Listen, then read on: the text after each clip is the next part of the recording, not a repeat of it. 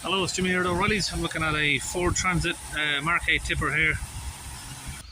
So it's got this engine here. I believe it's the 2.2 Euro 5 engine, so it's one of the earlier MK8s.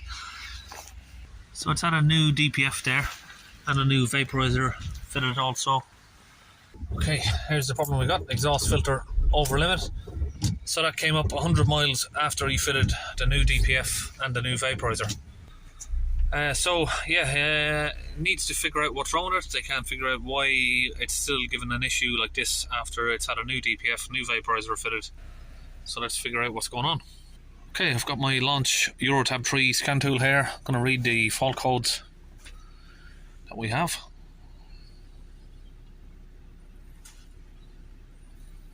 Come on. Okay, I did clear some of the codes, crap. So I need to go back. What we had was that particle filter restriction. Let me just go back. Yeah, I'm gonna have to go back because I was just taking it on a test drive to see what's going on. I cleared some of the codes to see what comes back. Let's end that. I'll just go back and show you what we had. We had a exhaust temperature too low, or DPF temperature too low for the particle filter. So here's what we had. Particle filter, right, exhaust temperature too low for the regeneration, exhaust after treatment. Okay, so we've been messing around with the vaporizer, unplugged it, plugged it back in, so that's why we got that code. But this is the code that we're looking at: exhaust temperature too low for the regeneration. Okay, so we're going to go back into the diagnosis system here, and that's the vehicle we're looking at. It's a 2015 Transit 2.2 there. And we're going to go into the PCM. We'll read the data stream. Okay, so we've got the DPF at 165%, engine coolant temperature is at 86 degrees. DPF pressure there is 5 millibars. Exhaust temperature is at 345 degrees. So the fault he's got there, I don't know if you can see, sorry, on the mirror. Let me just give it a rev. So the vehicle is chucking out clouds and clouds of smoke.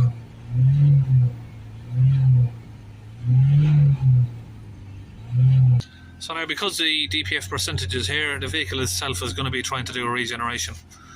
We've been accelerating the vehicle here. We've taken it on a test drive, and the furthest we got was 390 degrees on the DPF. So the DPF is not getting hot enough. I don't know if you can see that smoke. Sorry, it's hard to see it on camera, but we are getting a lot of smoke there coming up from the exhaust. You can see there. So basically you can't even see the cars behind you. And we are accelerating the vehicle up. So you can see there the exhaust temperature is not rising up. So we have a problem there. What I think is happening is the temperature is not rising, and the vaporizer is trying to counteract that by spraying in more fuel, which is making it smoke, but it just cannot get the DPF to the temperature it wants to get at. And I think that's because it's an aftermarket DPF, and it's just not getting hot enough. So the problem is, when you fit aftermarket stuff, is they're not always designed or made properly. So if it's letting too much of the pressure out, you won't get the temperature rise up. That's what I think is going on. What I might try and do is try and force a regeneration, see if the temperature will rise up like that. Or what I can do also is go back, do the special functions, which it's already doing this. It's already activating the vaporizer, but I can activate the vaporizer by setting off a prime, and by doing that, it will just constantly inject diesel into the vaporizer. So as I accelerate it, and now it's doing that, this is going to be sort of like a forced regeneration, because it's going to be injecting lots of diesel in there. I'm going to accelerate it up, and then once this is finished, once that timer's run out, we'll check the temperature again, and if the temperature is not increasing, then obviously again we'll have the same sort of results. So you could say there could be two issues wrong here.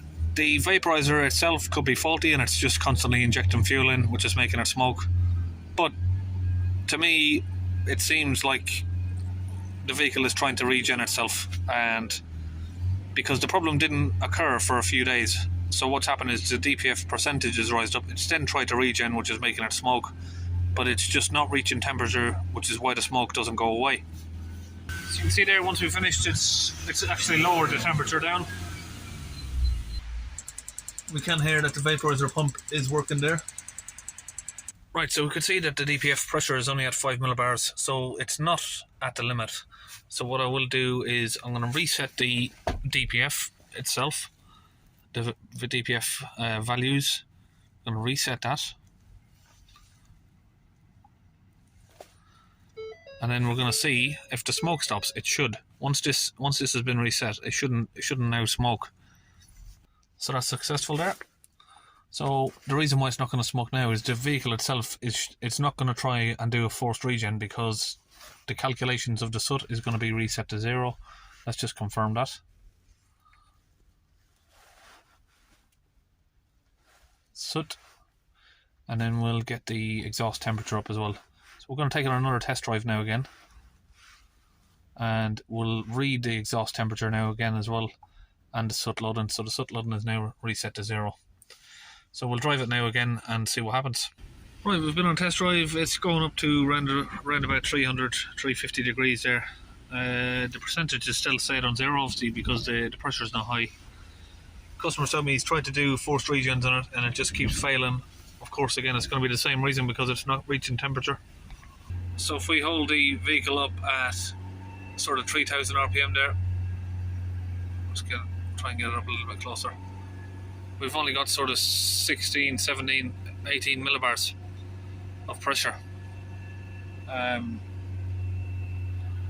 Yeah, so that's way too low there. The pressure is too low on the DPF. If the pressure is too low, the resistance of the DPF is going to be too low. If you got low resistance, you can't build up heat. No pressure, you're not going to build up heat pressure. And then when you let it idle, we're getting like 2 millibars. Silly as it sounds, the pressure is too low on the DPF. So we've got a little something opposite to what we normally see. Instead of it being blocked, the resistance is too low. That's why it's not going to reach temperature. So I think that's it. I think my diagnosis is finished on that, and I think I'm happy enough to say that that's what I think is the cause.